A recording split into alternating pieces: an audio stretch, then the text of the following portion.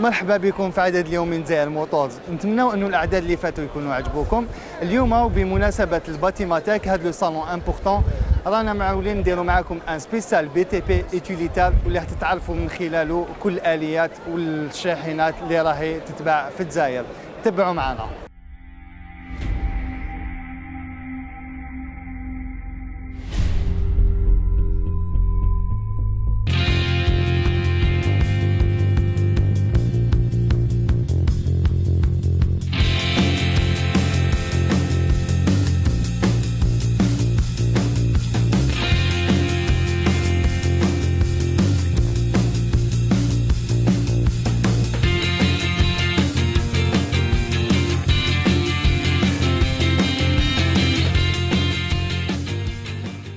وكما تعرفوا الباتيماتيك يعتبر ان parmi les plus grands événements اللي يكونوا لهنا في الجزائر، خاصة هو انه يمس لي بروفيسيونيل. بلوس دو 1000 اونتربريز راهي حاضرة لهنا في هذا المعرض، لي زونتربريز اللي جاو دو بليزيور بيي دو موند. ومن بين اهم الحضور اللي لقيناهم لهنا الشركات اللي تمثل الاليات والشاحنات اللي يعتبروا لو بومون تاع كل ما يتعلق بالبناء والتعمير. وباش نتعرفوا اكثر على هذه الشركات راح نقوموا بجولة سريعة في هذا المعرض. ما تخلوناش، تابعوا معنا.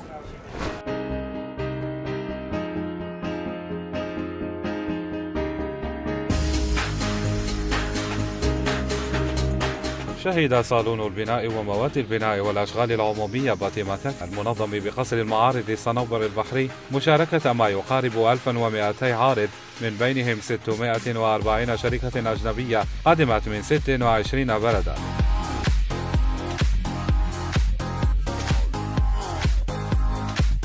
ومن بين أهم المتعاملين في مجال البناء والأشغال العمومية علامات المختصة في آليات الإنشاء والبناء التي تعتبر العمود الفقري في مجال البي تي بي.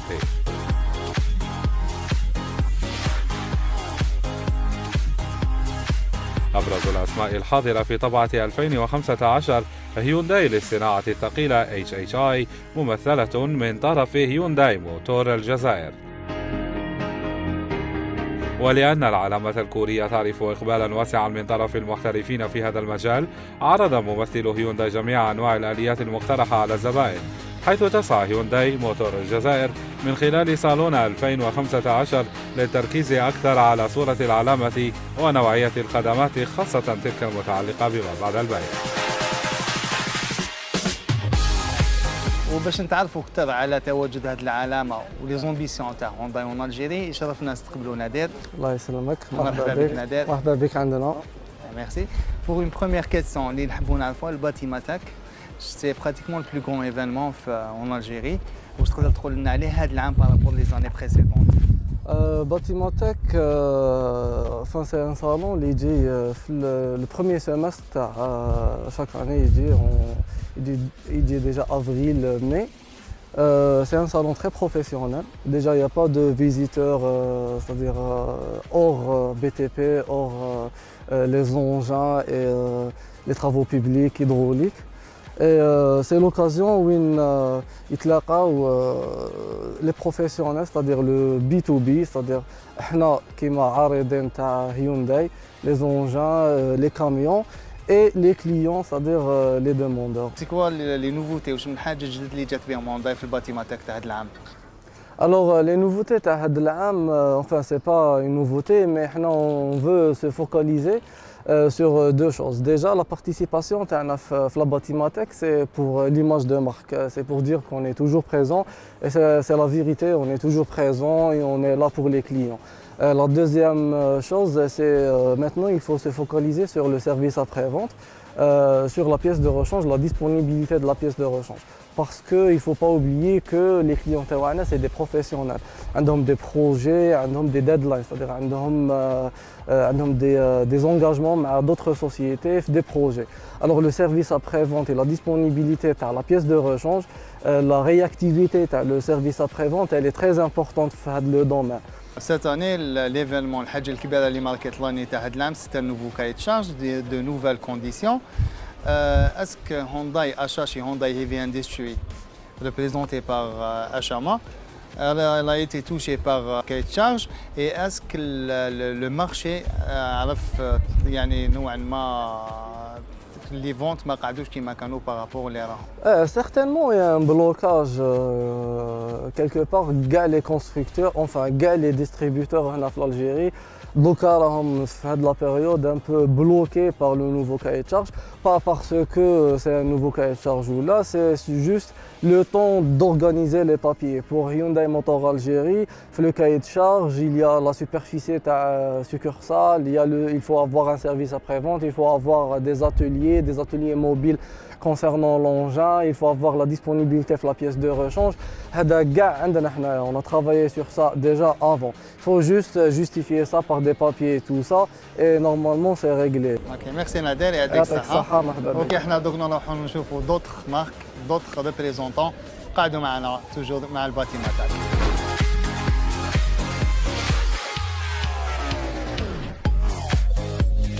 من بين أكبر مفاجآت هذه الطبعة العرض الأول للعلامة اليابانية كوبيلكو ممثلة من شركة كوجي تي بي، إذ يركز ممثل العلامة اليابانية على السوق الجزائري. Aujourd'hui, le marché algérien, c'est une des priorités pour ce qui nous concerne. Naturellement, le premier pays francophone. Il faut savoir que toutes les machines que vous pouvez avoir en accessibilité aujourd'hui sur le salon ou chez KGTP pour nos clients ont été designées spécifiquement pour le Maghreb. فكوبيلكو من خلال وكيلها كوجي تي بي تهدف لإيجاد مكان لها ضمن لائحة أفضل العلامات المسوقة ببلاده. Parmi les grandes marques اللي marquent la présence d'Elham pour la première fois في الباتيمات تاعك كوبيلكو، une marque très connue في le monde تاع البي تي بي اللي كانت absente pendant des années هنا في الجزائر. باش نعرفوا هاد لا مارك بلوس ولي زومبيسيون ديالنا يشرفنا نستقبلوا مسيو فيصل طيحل لو ديريكتور جينيرال تاع كوبيلكو. مرحبا بك مسيو طيحل. Merci pour l'invitation. Merci à vous, Yaïchek. La première question, Kobelco est déjà présente en Algérie. كان بزاف بالك les gens, les professionnels اللي بالك يعرفوها comment يعرفوها. واش نقدروا نعطوا لهم على كوبيلكو؟ Bof, Kobelco, c'est pas un nouveau constructeur. Il a plus de 8 décennies d'expérience et d'innovation surtout. La spécificité de Kobelco, c'est qu'ils sont spécialistes de la pelle hydraulique. Comparé à d'autres constructeurs qui sont un petit peu sur beaucoup de segments. Eux, ils se sont spécialisés sur la pelle hydraulique. Et d'ailleurs, ça me fait rappeler un mot qu'un responsable japonais m'avait dit. Je lui ai posé la question, pourquoi vous n'êtes pas sur plusieurs segments? Et il m'a répondu, il m'a dit, on n'est pas une grande surface. واش كان لو فيدباك تاع لي كليون كي يجي لهنا يشوف كوبيلكو كاين ليو لو بري مع لا كاليتي؟ Honnêtement, je ne sais pas, est-ce que c'est l'ironie du sort ou... mais j'étais plutôt agréablement surpris. Le yen maintenant il se porte bien, là, c'est une chance, comparé aux d'autres constructeurs, entre autres européens ou américains qui fabriquent leurs machines en Asie, mais qui vendent en dollars. Donc et le dollar ne se porte pas bien, vu la fluctuation du dollar maintenant. Donc le ratio qualité-prix, Kobelco elle est très bien positionnée. Donc en termes de qualité, je peux dire qu'elle est sur le podium, et en termes de prix aussi. Quels sont les objectifs ou les ambitions de Kobelco? À moyen terme, donc sur les 3 prochaines années, on va faire de notre mieux pour respecter le nouveau cahier des charges. Donc on va investir, on va essayer d'ouvrir une unité de production, donc d'ensemble ou sous-ensemble, pour être en ligne sur les conditions du nouveau cahier des charges. En termes de disponibilité, donc on a déjà décembre 2014, on savait ce qu'on allait commander en décembre 2015. Nous, on investit beaucoup plus sur la disponibilité de la pièce de rechange, sur la disponibilité des produits. Donc, si un client se présente chez moi, par exemple, je lui demande juste le temps de dédouaner sa machine. Avant, donc, c'est une question de 10 à 15 jours. Merci, M. Faisal. Merci à vous.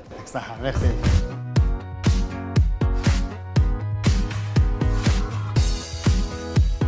كالعادة لم يفوت العملاق الأمريكي كاتربيلر وممثله بيرجيغا مونوايور الجيري صالون هذه السنة لعرض مختلف الموديلات التي يقترحها على الزبون الجزائري، خاصة وأن كاتربيلر له باع طويل في هذا المجال الصناعي يفوق القرن من الزمن، ولأن تاريخ العلامة امتد إلى بلادنا منذ فترة طويلة، وهو ما يفسر الطلب الكبير على منتجات كات كآلات التسوية نيفلوز وآلات الشحن شارجوز بمختلف أنواعها والجرافات التي تعتبر نجمة العملاق بلا منازع.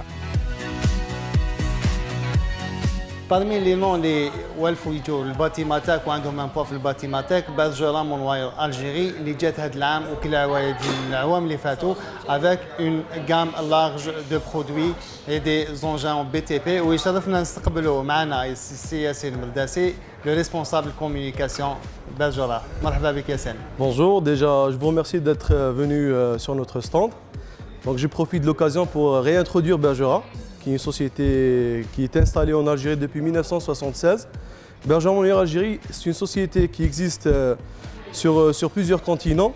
En France, enfin en Europe, déjà en France, en Roumanie et en Belgique et en Algérie. Donc on est présent en Algérie depuis 1976. En 1998, la société s'est constituée en SPA. Donc Bergera a toujours distribué des marques premium, entre autres Caterpillar, comme les produits que vous êtes en train de voir. Bergera Monier Algérie, on est des full liners, donc on propose toute la gamme de produits destinés aux travaux publics d'une manière générale, que ce soit pour tout ce qui est construction des routes et autoroutes, mini-carrières, traitement des déchets, jusqu'à même des machines qui rentrent dans le cadre de lançage. Et pour votre présence dans le Batimatek, كيف شرحي؟ Donc Batimatek, c'est un salon auquel on participe depuis toujours, depuis très longtemps. Cette année, c'est la 18e édition. On a toujours participé à ce salon depuis une dizaine d'années. Cette année, on a peut-être changé notre emplacement. Donc les clients, ils ont pris l'habitude de nous voir au niveau de la place de l'unité africaine. Donc cette année, on a pris un espace encore plus grand que celui des années précédentes, de manière à proposer plus de machines que d'habitude. Donc là, on a pratiquement pas toute la gamme, mais on va dire les machines les plus demandées par les clients. Entre autres, les rétrochargeurs, les pelles, plusieurs catégories, moyennes et on va dire pas grandes, mais plus importantes. Enfin, on a des pelles destinées aux mini-carrières et même des pelles destinées aux fonctions de terrassement et différents métiers. Mais on va dire que l'avantage de ce salon par rapport à d'autres salons, c'est que c'est un salon professionnel. Donc on a en fait un visitorat qui est filtré entre guillemets et cela en fait ça arrange les intérêts des clients et aussi des dealers. Entre autres nous, Bergera Monier. Merci Yassine. Je t'en prie Mouloud.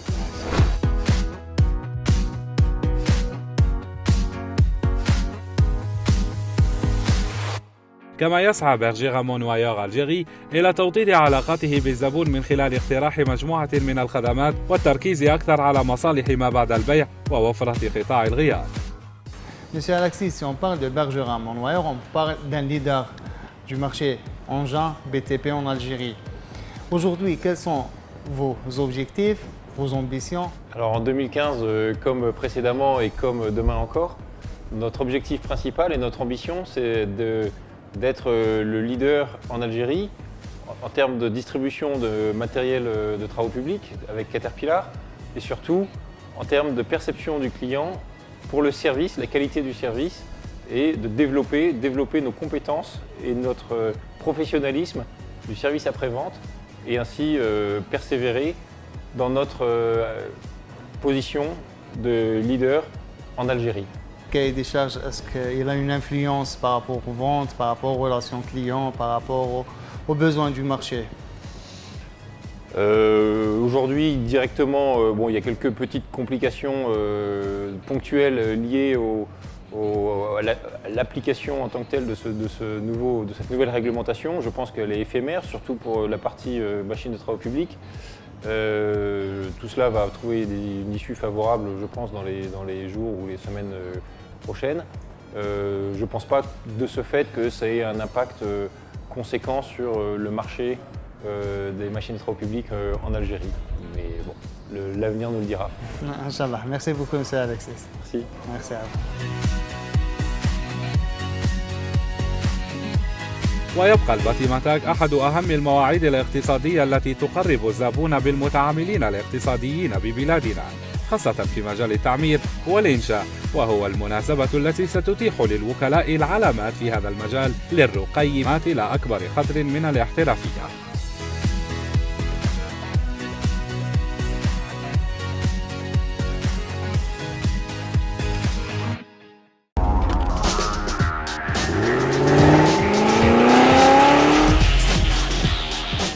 نروحوا من الباتيماتيك مي نقعدوا توجور في الدومين تاع البي تي بي ونروحوا نشوفوا معكم هذا لو كونسيبت تاع هذا لونجان اللي حيعطينا اون ايدي على لي زونجان بي تي بي طرافو بوبليك كيفاش راح يكونوا في لافونير. شوفوا معنا.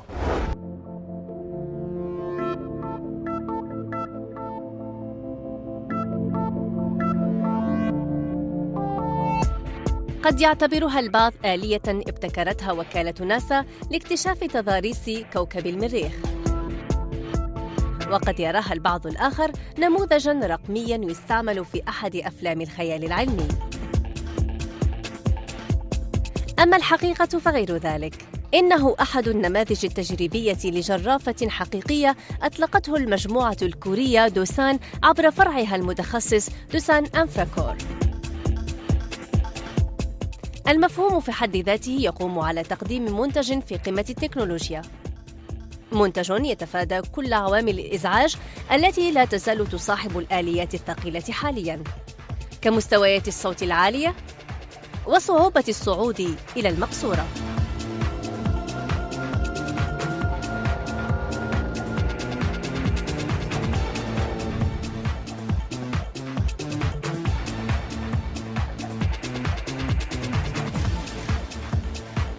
وغيرها من عوامل عدم توفر الراحة الكاملة للسائق.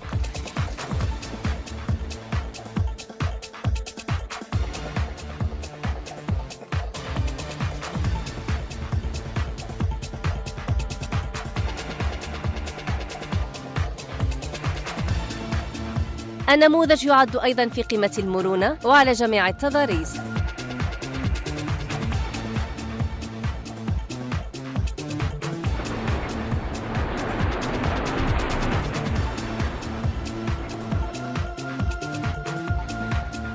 كما يوفر أيضاً قيادة موجهة بالليزر.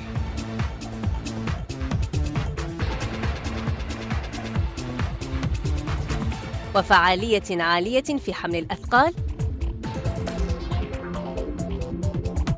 حيث أنه زود بمركز جاذبية متحرك آلياً.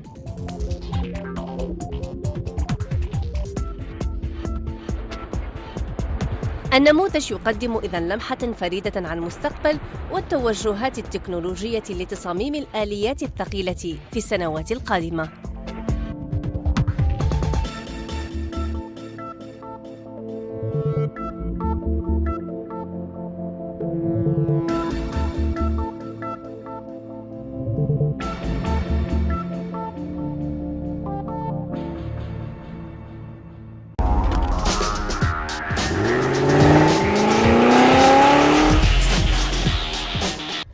واش رايكم نروحوا دوكا نشوفوا اخر اخبار عالم المركبات لميزه هذا الاسبوع؟ شوفوا معنا.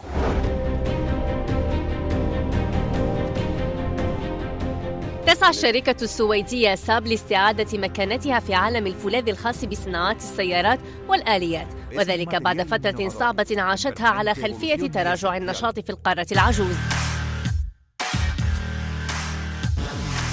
ويرى رئيس الشركة أن آخر الطلبات التي تلقاها من مجموعة رونو تراكس أو من شركة سنوب كفيلة بتأمين مستويات إنتاج معتبرة للسنوات القليلة القادمة على أدنى تقدير. هذا خاصة وأن ساب ابتكرت فولاذا جديدا سمته سترانكس يعد أقل وزنا من الفولاذ العادي بنحو 30% وبنفس مواصفات الصلابة والتمدد، ما يجعله منتجا مميزا للعديد من الصناعات ومنها صناعة السيارات والآليات الثقيلة.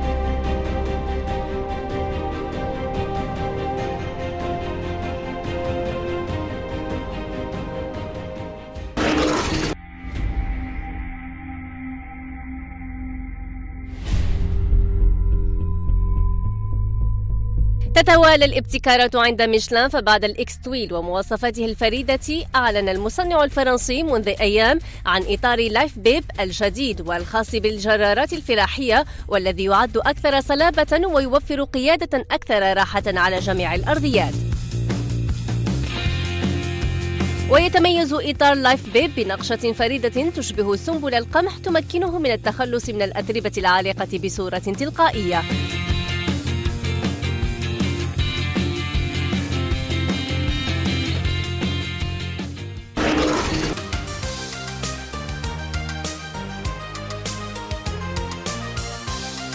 حصلت المجموعة تي من شاحنات رونو المتطابقة مع مواصفات أورو 6 على لقب أفضل شاحنة دولية للعام 2015 خلال معرض AAA للمركبات التجارية في هانوفر الألمانية.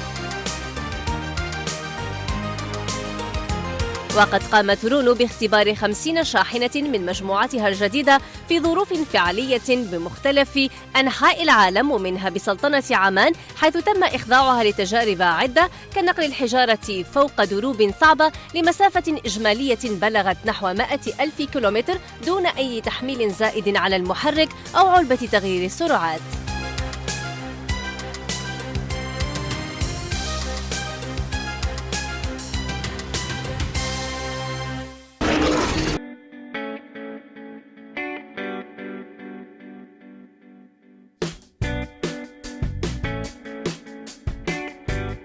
بعد الكشف عنها خلال معرض ال IAA في 2014 بهانوفر الألمانية، كشفت مرسيدس عن أهم النقاط التي ركزت عليها في بناء شاحنة المستقبل،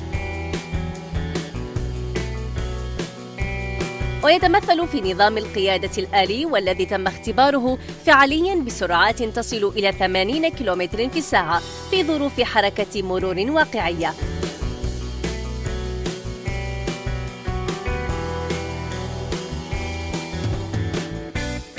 والذي يستمد معلوماته من كم كبير من المستشعرات حول الشاحنة في دائرة قطرها 500 متر، واستخدام الأضواء بصورة ذكية، إذ تعمل باللون الأبيض فور تشغيل المحرك، ثم تصبح الأضواء زرقاء في حالة استخدام نظام القيادة الذاتية.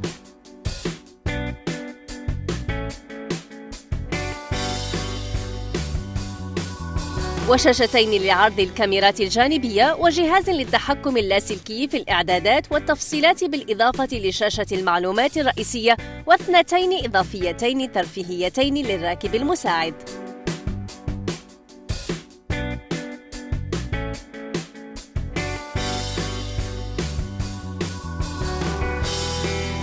وتسعى مرسيدس من خلال هذا النموذج المبتكر إلى إعطاء صورة عن الشاحنات التي ستسوقها مع حلول سنة 2025. عدد اليوم ديال الموطور وصل للنهايه ديالو، ونتمناو يكون عجبكم. اذا حبيتوا تعودوا ليبيزود تاع اليوم، حبيتوا تواصلوا معنا، عندكم لو سيت انترنت اسفل الشاشه. نتلاقاو الاسبوع الجاي ان شاء الله مع اخبار جديده وتجارب جديد تاع السيارات. الى ذلكم الحين نقول لكم ما تخلقوش، سوقوا بالعقل. سمعنا الجايه، سلام.